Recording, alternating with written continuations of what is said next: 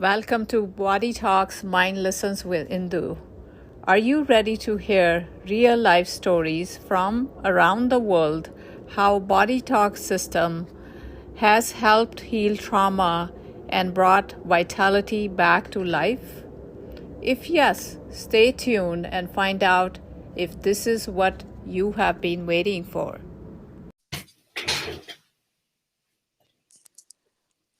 Hello there. Let me Hello. Let me be honest. When I started learning body talk, I had all kinds of doubts. In fact, I was always thinking, am I doing it right? Is it effective? Blah, blah, blah. Hey, this is gonna be some interesting episode today. This is Indu Agarwal from Body Talks Mind Listens. Today, my guest, Wilma Groblar, she's gonna tell us a different story. She she has trusted Body Talk so confidently, used it extensively, and made a big difference in the world. So I am looking forward to listening to her story. Welcome, Wilma. Thank you very much, Indu. All right, let's start with where are you calling from? I'm calling from the beautiful Western Cape in South Africa. Wow. Other side of the world. And have you always lived there, or there are other countries that have been Well, home? yeah, I was in Australia, in Western Australia for 9 years, and I decided last year in October to come home. And what made you come home? What Well, decision? Africa, Africa. Okay, okay. So some big turn of events happened, or you just decided to come to your original home? Well, life happens, and then you believe you can be okay, and then you don't always feel that okay because it's not really your people. It's not, and I always say that the African animals called me home. Interesting, interesting. Yeah, Yeah, so many of us live away from where we are born, and we know that sometimes we feel fish out of water, and sometimes we don't remember what was our original home, right? yeah, yeah, absolutely. So, growing up, Wilma, what was your schooling, and tell us what were you thinking? Well, growing up, I grew up on a farm, and I think my father was a huge um, played a huge role in how I look at life and especially nature. So I'm a nature child, and it is I think from that aspect that I always believe that um, my body can do something, because when you sometimes watch animals, wild animals, you will see that if they're sick, they withdraw from the herd and go quiet. And then, yes, they can die, but when they are better or healed, then they will go back into the herd. And I think he has definitely played a role in my life. So after school, I went to university and I started my professional nursing career. And I got 7 qualifications, and I was in nursing for 34 years. Oh, And wow. there, yeah, there I, um, but since 1978, when I did the course to teach nursing students, and especially nurses who want to specialize in cancer care, since then it was my passion. It's something magical to teach adults, I feel, because it's sometimes we as adults don't think we can learn something new, but then something happens and you learn something, and once you get it, it's just magical. you know. And Wow. so, yeah, so I've been teaching adults in healthcare since 1978. And that is one of my passions. And Mm. then when I left nursing, in 1998, I became involved with children to teach them how to study. And through that, I then went to do looking at the problems with concentration and all of that. I went to do 3 courses on child kinetics, and that specifically on, I focus on gross motor because fine motor can't happen or take place if growth motor hasn't taken place. And I started to work with children in the Montessori schools, small groups, like 6 at a time, and only focus on these gross motor exercises to develop that. And it was during that time, and then in 2003, that my friend, Dale Fox, the Mindscape instructor, she heard about a talk, and she said to me, I think we must go and listen to this talk. I said, what's it all about? She said, man, they said something about tapping on the head and tapping on the chest. And I was, of course, I've come from such a highly technical, scientific environment in nursing with all these qualifications that I had, that I thought, what? And she said, they said something about helpful for concentration problems. So we went to listen to this talk, and it was a lady from Canada. And she spoke for an hour and a half, and I just knew. We didn't speak. And afterwards she said to me, you're going to do this course. I said, I just have to get the money, and it's now on Easter weekend, and I'm going to have to do this course. And, and there, yeah, I'm still today doing BodyTalk, and it was in 2003. So you started with Mindscape, then you went on to learn BodyTalk. No, I did Mindscape afterwards. I started with BodyTalk, with fundamentals. And then Ah. later I did Mindscape as well. But I started with BodyTalk, and after I've done BodyTalk, because I was sort of involved in children, I wanted to do something. I wanted to give something, Prodeo work, and I went to a school, a preparatory school, sort of a more middle, lower socioeconomic class, and I worked there for 3 years on a Wednesday. When the school opened, still the school closed. And I worked with children only ADD, ADHD, any cognitive issues that they had, and then with Down syndrome children. And then there were some autistic children. And there was one boy, Down syndrome and autism, huge, autistic, the whole spectrum. And I worked with him every week for 3 years. And the improvements was just unbelievable. He lost his aggression in the first year, and then by the third year we looked, and he didn't look like Downs. And Downs children has got very specific characteristics, features, and he didn't. And they've got the little tongue that's right, sort of like hanging out a little bit. He didn't have that. They also slump, as they walk. They pull their feet across he just walked like any other boy. And you couldn't see that he was Downs anymore. Now, they are in America, one of the instructors that has worked with adult Downs people. And they've also noticed that their facial features has changed after a while.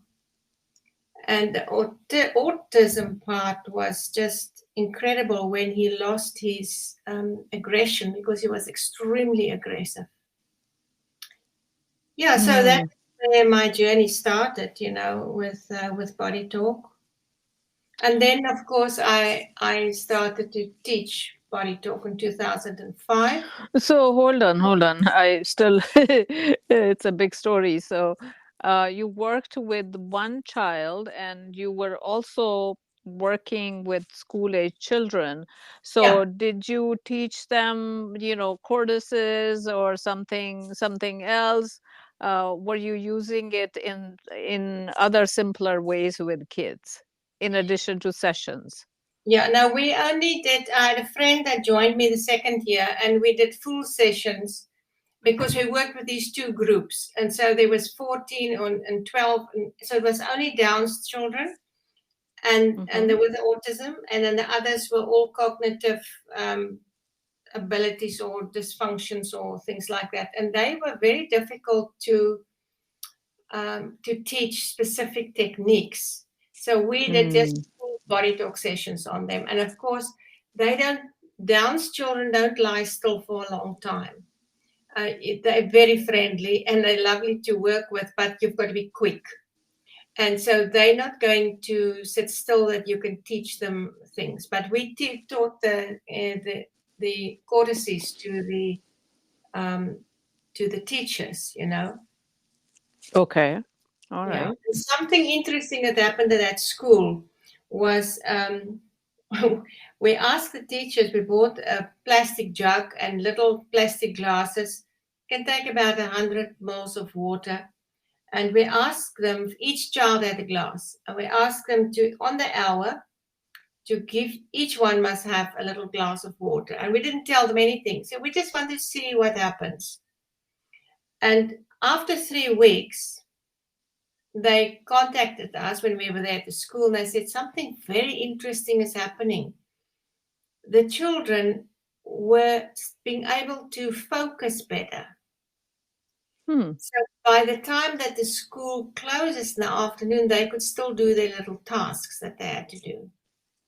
Now, of course, we know that, as you know, because you've done all the courses as well, that the water is extremely important for our brain function and for focus.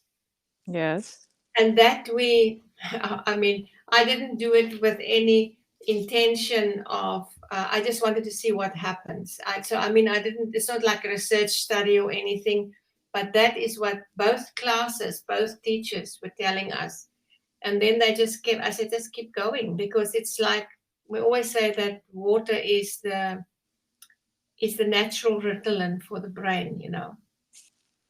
Interesting. Wow, that is a great experiment and a good tip to keep focus for not just children, why not adults, You right? absolutely, absolutely. Yeah, we are all moving around in a good state of dehydration, I feel. And Yeah, unless I keep a glass of water next to me, I don't remember to drink water either. yeah, So, and you look at children, I mean, they're always distracted, they are not going to drink water unless you remind them. And since you set up a routine that every hour they're going to drink a glass of water, wow, you really improved their hydration. And that led to a lot more focus. What a yeah, story. yeah. Yeah, that was a real, that was like an eye opener, you know, and really it was proven that it worked, because it was about, I would say about, the one class was 14 kids and the other one was 12, I think. And so even the little ones, the Downs children, they could do more little tasks. They were more focused when they were doing their little tasks in the class. Good one. Good one. So we're just taking a step back, Mm-hmm. and it's okay if nothing comes out, definite. Like to ask all body talk practitioners that when they are meeting somebody for the first time, how do they define body talk or how do they explain what they are practicing? Yeah, but often for me, I always say keep it as simple as possible. I Right? never I don't talk to people highfalutin language, which one can with body talk if you want to use all sorts of things.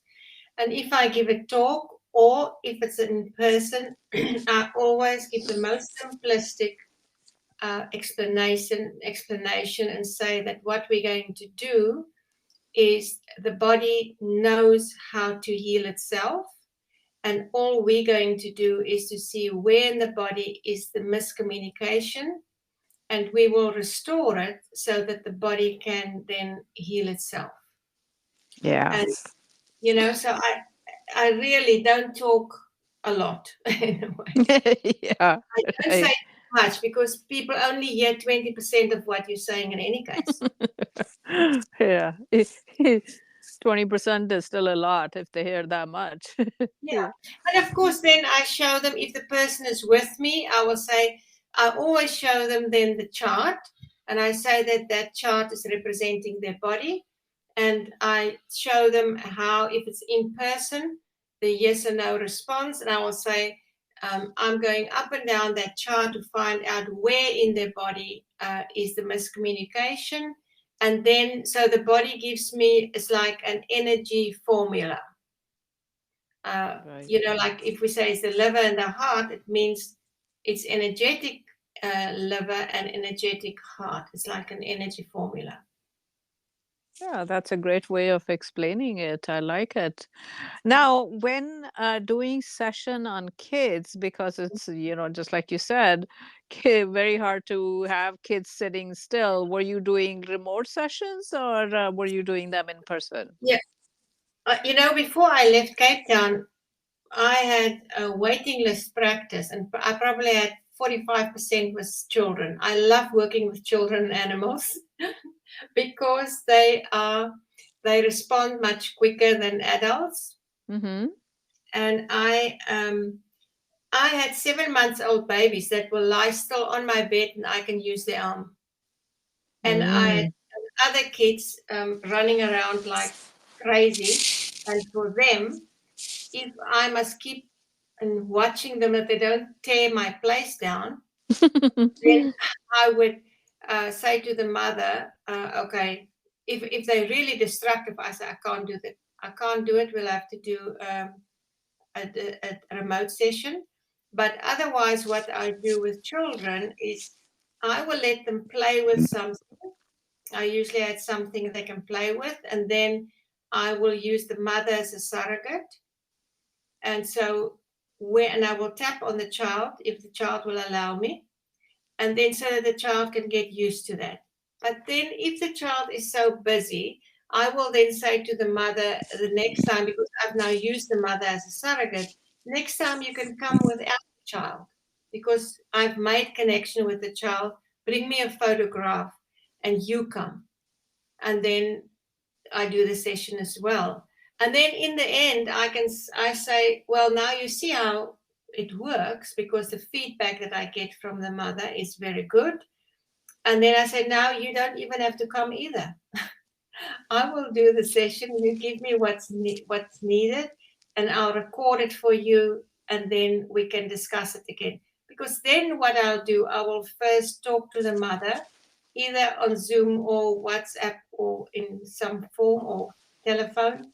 I will get the information, do the session, write it down, and then record it for them and send it, and then we can have another talk if they want to talk about anything, ask anything. Yeah, that's awesome. You could show them physically how the session works, and then you could graduate them to the remote Yeah, sessions.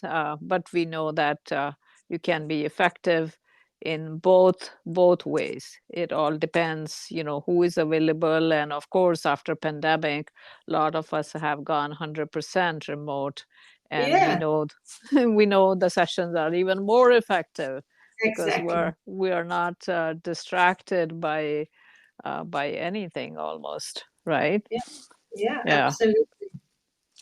But some people, for some other reason, is when I came back to South Africa, some of my old clients that I had, And they had this thing that they've got to come to me. And I said, I don't have a clinic at the moment. I don't have a practice room. I don't. And I only work online. And Okay. it took a little while for some of them to really. And I said, look, if you want a session, this is how I work now. And Mm. it took a little bit of time, but now they love it. Because I say, you actually also get the recording. I see you on Zoom or WhatsApp, and then I write it down for you. And if I don't see you on Zoom, then I can record it for you and you can listen to it again. Yeah. Yeah. Yeah, I also work with a lot of international clients actually.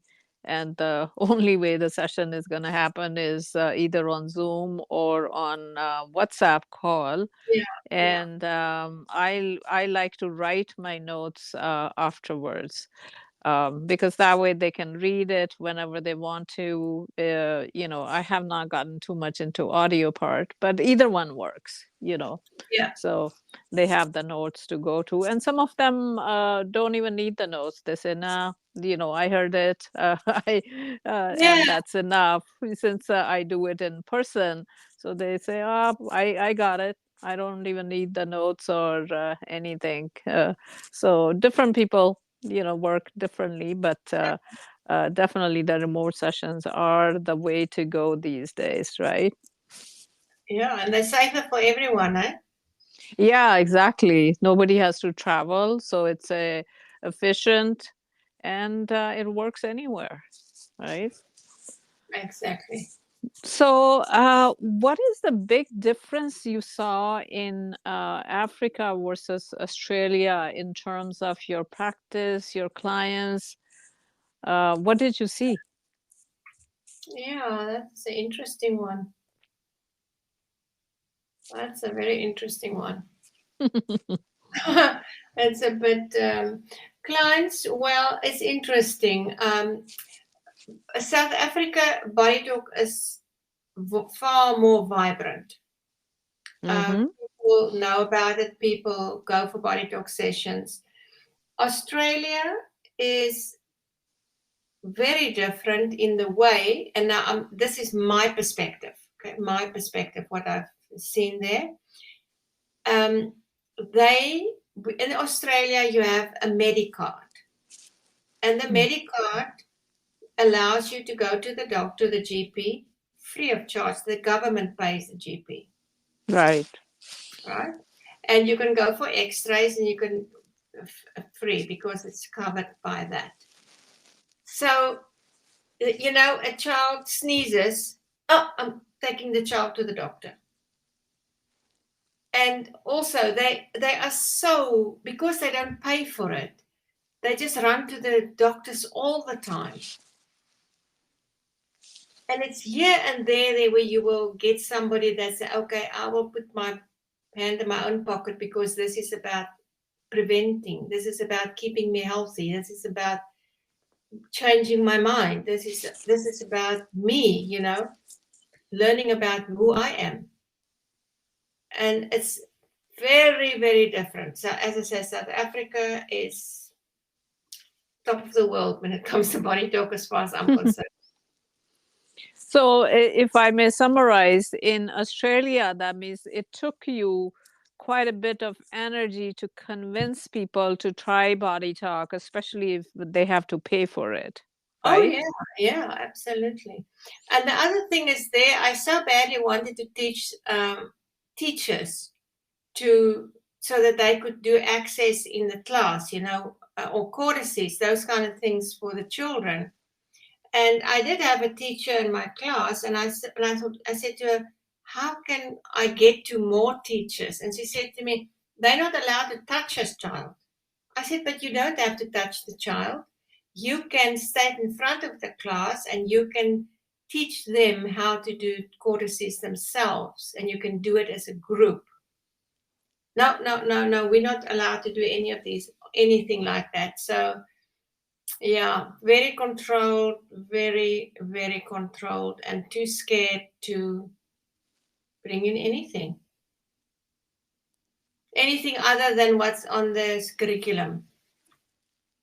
Yeah, but I'm kind of feeling that you were talking about US in some ways because that's how things are here. People are so attached to their medical ways of doing things, and Mm, give me a pill to fix whatever I got, and let's do it fast, and the insurance pays for it. And then if you try to reach out and say, there is a another way, which is without pill, without the diagnosis, and there is a lot of ownership that you can take of your health, that is a lot of work. Who wants to do that kind of work and also pay for it? Right? So it's not an easy sell, right? For the Western world. no, it is not. Yeah, and I think in Australia, the body talk community, there's far too few body talk practitioners. Because of Mm. that, people they will still do a course, but then to start a practice and be successful, then you get all these doubts because the people are not open. Not the Europeans that live there are more open than the born Australians. Ah, okay. Mm. All right. So, in addition to working with kids, what are the other kind of clients you end up seeing? Are they all over the spectrum, or are there particular kind of clients that are attracted to your practice? Probably very varied, or the whole spectrum. But there's a couple of things that I have had, like for instance, infertility. Okay. Infertility. I mean, I had lady here. She had 14 years infertility clinic. Don't know how many IVFs. And after 18 months of body talk, I mean, they've got triplets. They're 15 years old. Whoa. They're 15 years old, and they said the last IVF was, "This is the end. They can't do anymore. This is it." And prepared her for all of that, and so she. So I've had quite a few of people with infertility, and I think one can do a lot with body talk. Can do a lot with infertility, you know. And then, of course, I also had people with some serious stuff, serious stuff, uh, like for instance, scleroderma. I don't know if you know what that is.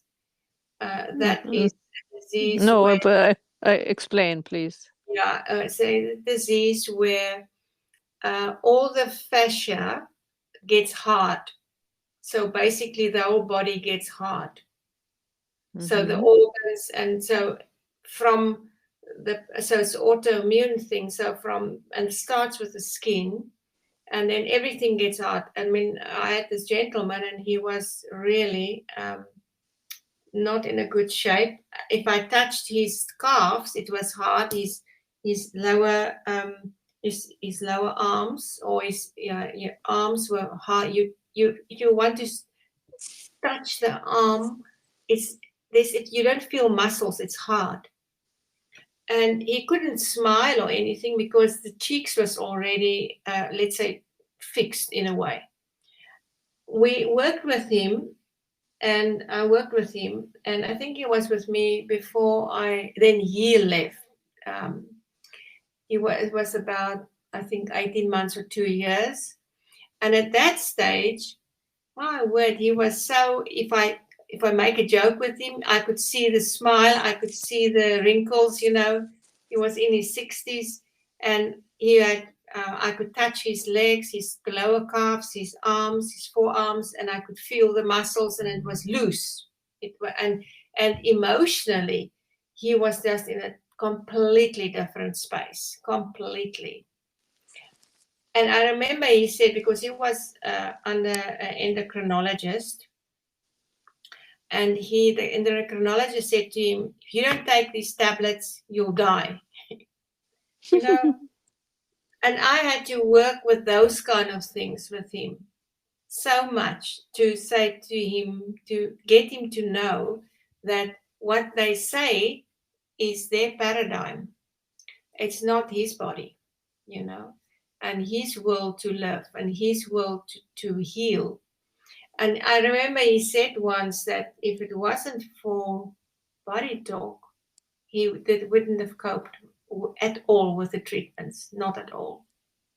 So it seems like sometimes I get clients that goes for heavy treatments, like for instance cancer patients as well, if they go for chemotherapy or radiotherapy, and then I prepare them for that. And because it's one of my specialities, I know what chemotherapy drugs, which are the target organs that is where it's the most toxic.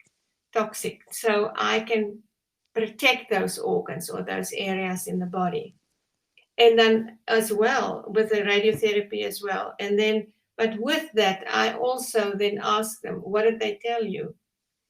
I wanted to know what was the patient education that I could see what must I fill in or what can I, how I can help them, you know, because that is important because in that situation they are in total crisis and half of the time they don't actually even hear what is said because they've got to face this dilemma.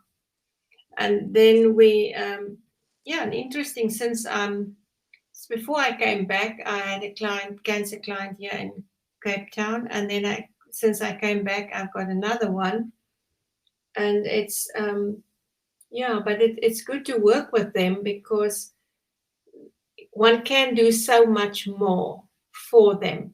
And once they understand the actual treatment, the medical treatment, they are far more open because I always say the medical treatment for these serious illnesses is harsh. I call it a harsh energy. And something like body talk or any of the other holistic or natural healthcare, I call it the soft energies. And if we can get them to have some of that, so you get this balance, there's more of a balance in how their bodies is, how the body can cope with the harshness of some of the treatments. Wow, what you said some beautiful things, Wilma. I understand that you have nursing background, so that really gives you an advantage to understand the what is going on the side of the Western medicine, and you can provide almost a fill in the blank here because doctors don't have that much time to tell you the details of your treatment and everything that can possibly happen at an individual level, because no matter how much they tell you, and it's not their fault, it's they are doing their best, but everybody responds differently to this to the same treatment. That's and correct.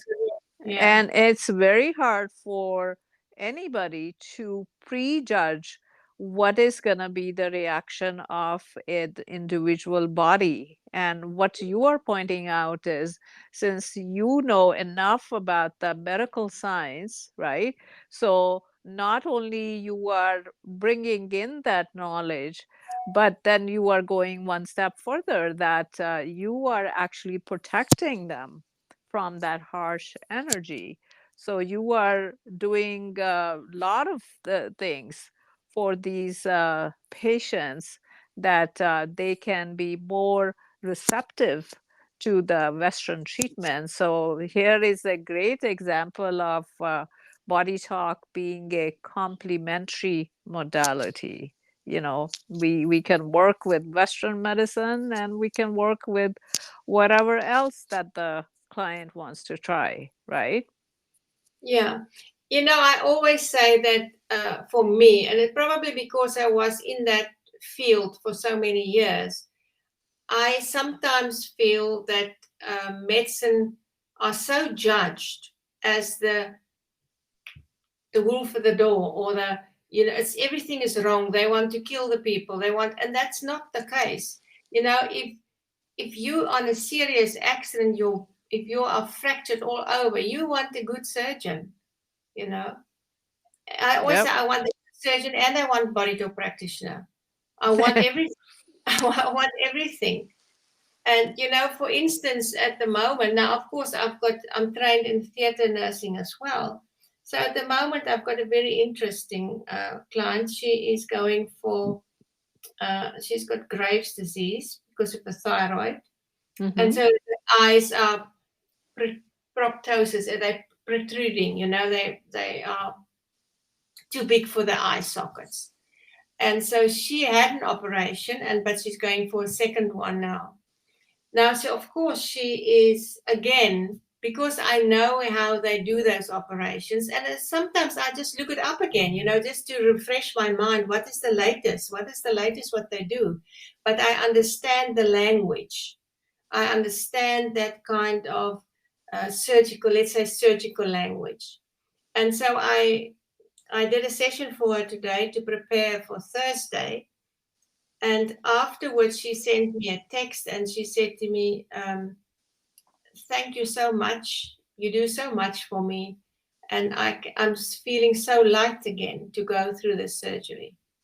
Now, to me, that is so rewarding because it's somebody just needs somebody else to say, I'm there for you.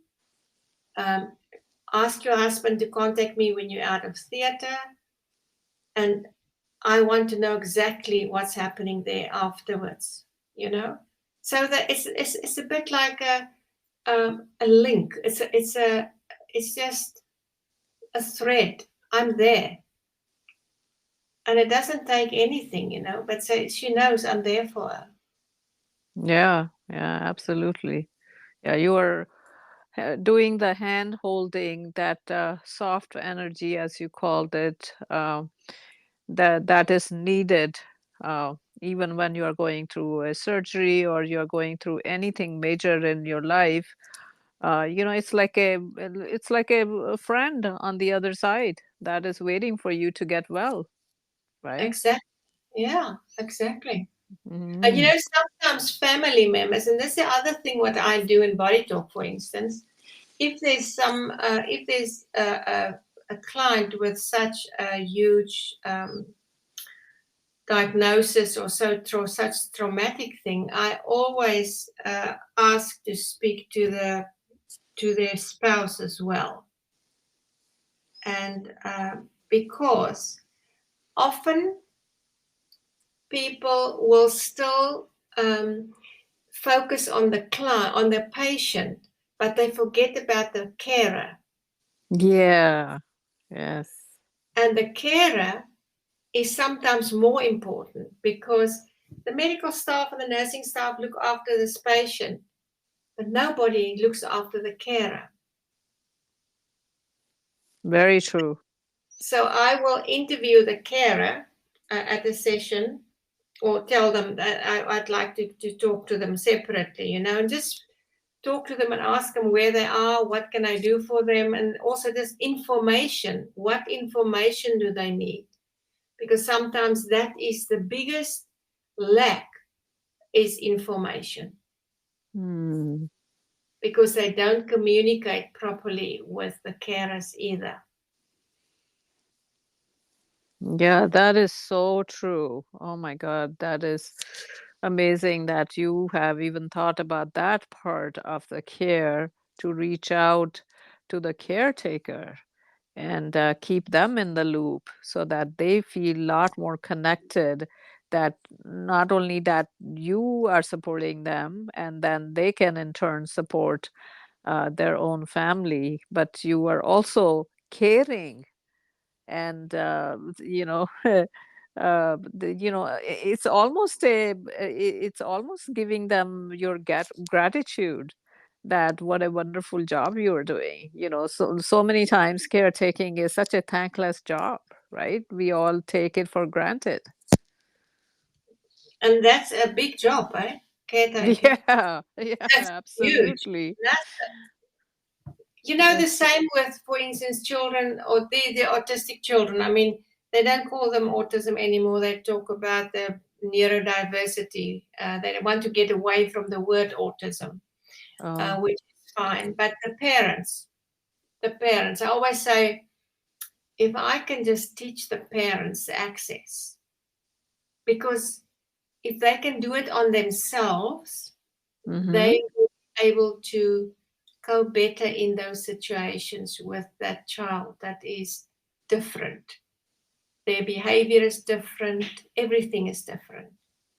And the parents struggle. They really struggle. Mm-hmm. Yeah. If we could calm ourselves down, then we bring calmness to everybody around us, right? Yeah, yeah, sure. All right. So, where is your body talk journey going now that you're back in South Africa? I've got no idea. I like that. Yeah. No, look, Universe, tell me what is the next step, right? yeah, tell me, show me the way.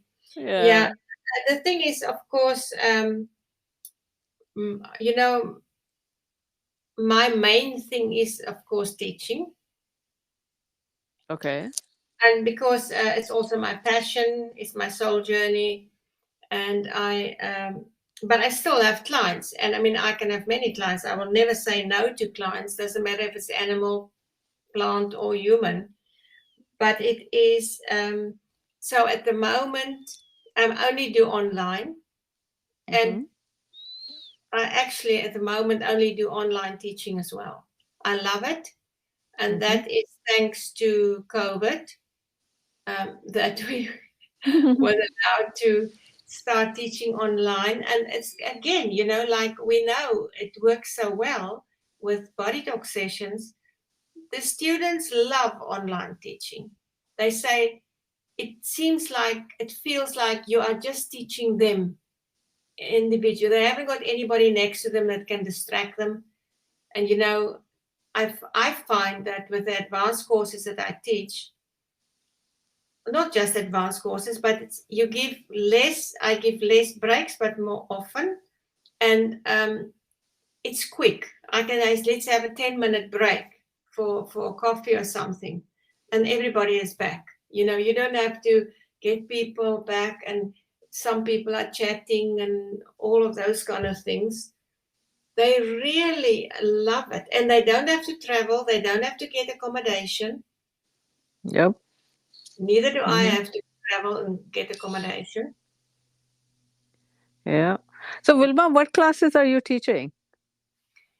Well, access, fundamentals, integration, principles of consciousness, macrocosmic body, mind, and matrix dynamics. Oh, wow. You're teaching a lot of classes. I didn't Mm. realize that. And I'm now Nice. going, next weekend is my first class, a German class with a translator. Oh, okay. Yeah. Interesting. I was invited by a student by somebody that I certified in 2005 in Johannesburg. And she's a German teacher, and she went to India and all, and she contacted me in November, and she said to me, "Wouldn't I like to teach in Germany?" And she will try because she can understand my accent. So I just laughed. I'm glad somebody can understand my accent. Ask me because they like my accent, and I said, "Yeah, sure," but I said I'm not coming personally because I don't like the snow. Yep. I said, but also the thing is, I feel, when I teach uh, India, I teach over 2 weekends, the advanced courses as well, because the thing is, I feel that week in the middle, in between Mm-hmm. 2 weekends, they have time to integrate and to work a little Yeah. bit on Yeah. the weekend. And It's a then little easier to digest. You're right. yeah, and then also because they wanted me to teach for 11 days, 3, 6, 9, and I said, no, the students, I'm not doing that. It's not Mm, my ethics. I can't do it. I'm not prepared to do it. mm, I give them 6 weeks, and we do module macrocosmic body mind. Give another 6 weeks or two, and then I do matrix dynamics. Okay. Yeah, I think that makes sense because, brain gets overwhelmed, Yeah, absolutely. it takes time to, these are still complex topics, right? I mean, we need to process these. We just can't learn everything overnight, right? Take a pill off the book. Yeah. uh, Actually, I wanted to ask you about Mindscape, right? Mm-hmm. So, since that is a little bit different than the typical body talk courses, how would you tell our listeners about Mindscape and its magic? Well, Mindscape, if you think of Mindscape, let's rather say, if we look at when we were 3 year old, when we were all 3 or 4 year old, we were curious. We were never scared. We didn't fear anything. And we had imaginary friends. We could imagine anything. We would paint trees with purple trunks and red dots or whatever. But then when we went to school, and up to the age of 7, the child is only in alpha state, and this is the state, the brain waves of the brain: alpha, beta, theta, delta. And beta is what we are in our working state. The mind is going all over the place. But alpha is a resting. It's very calm. I'm still awake. I can still do everything, but I'm not tense. I will be able to evaluate what's going around me. In a calm state, but I'm awake. And this is what the child does up till age of 7. They only in alpha. They haven't got this overdriving beta mind that drives them crazy. So Mindscape helps us now as adults to restart our intuition.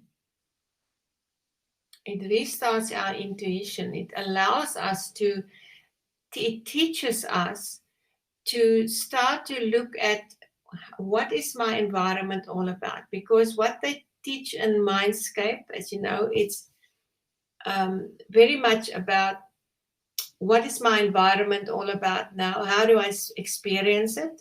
And then what's happening in my psyche? What's happening in the subconscious mind? What's happening there?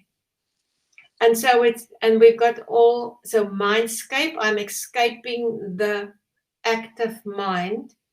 And so I can evaluate and get information. So when we do Mindscape, when we use Mindscape in BodyTalk sessions, that is what allows us to work at the supermental level in that real alpha state where the left brain is not interfered with me at all. And I can get the formula, and I can get the information through my inner senses, through my subtle senses. So I can get the information to bring into my body talk sessions. As a great spiritual tool for spiritual development, because you are taught these exercises, how you can escape the mind and get your answers. You can get answers about anything. Why have I got this? Why have I got that? So I can give you an example. I've had a skin, um, let's call it, well, it's like an eczema, but it's a sudden thing that just comes. And I couldn't understand why am I getting it. I knew there was some other stressor or something, because skin is always related to the environment. And one day I thought, man, you have, Wilma, Mindscape. Go into your Mindscape and invite your skin in. So I went into quietness and go into alpha mind, and I invited my skin in. And I said to my skin, what is it? Help me? I want to understand what's going on here. And what was my answer? You allow things in an environment to come in between you and me, and I am your biggest protector. Well, it was like a bucket of water that was thrown into my face. And that was such a big awareness. And then, so after that, I wrote a letter to my skin. And so that was very, very, very powerful, extremely powerful. And it gave me again that awareness, because the body is a flow of awareness. So the experiences that we have in the body is to show me what my awareness is. So the eczema on my skin basically was experience of a flow of awareness of something, of more than one thing in the environment that I didn't resonate with. I love it, Wilma. Such a beautiful analogy you gave for Mindscape and how you are using it even to take care of our own issues. It's not just body talk session, it is basically life in general, right? What an awesome tool that is Mindscape. I I want to continue talking to you for another hour, but I think this session we will conclude it here. So the first thing I want to ask you now is your contact information, and after that, tell us your big message to the world. Okay. So my contact details, I'll just give an email. Yeah, Um, sure. just WG online 88 at gmail.com. Okay. Or do you want anything else? Do you want the telephone number as well? No, No. that will suffice. Yeah. And do you have a website? Yeah, I have got a website, welcomechange.com.au. I like that. Yeah, I'll also put that on the podcast cover page, so it'll be there. So, what is your big message to the world? Even though you have given so much of the messages, I don't know if you want to summarize something. I would like to share that how important it is to honor our bodies as a sacred, as a sacred body, as to have respect, because the more we know about the body, because we are so often ignorant, and it happens very quickly, as I explained in this thing with my skin, we quickly deviate from the awareness, and our bodies are there to help us to stay within awareness. Because as things, our thought processes, our beliefs, all of those are pushed down into the body, and the body somewhere is going to express something in a illness or in a symptom or in a behavior or emotion or something. And if we take note of that, because that is what the body is aware of, then the body is thinking that, and it's expressing that for us. And then don't ignore it. Work with it. Have some body talk sessions. Have anything. Doesn't matter. Meditate, journal, because I find journaling is so important. And the more we are in a world at the moment with big change, huge change coming. bigger and bigger changes. We don't know what's going to happen. But the number one thing that we know, we have a body. And this body has been to us to care for and to look after. Well said, Wilma. That what a beautiful summary you have given. Really, really appreciate that. So, thank you very much, everyone, for listening to us and taking good care of yourself. If you have any questions and you want to know more about me, you know my website, bodytalksmindlistens.com. Thank you very much from the bottom of my heart, Wilma, and we will talk again. Thank you very Until much for inviting me. until then, you take care. Bye You bye. too. Bye.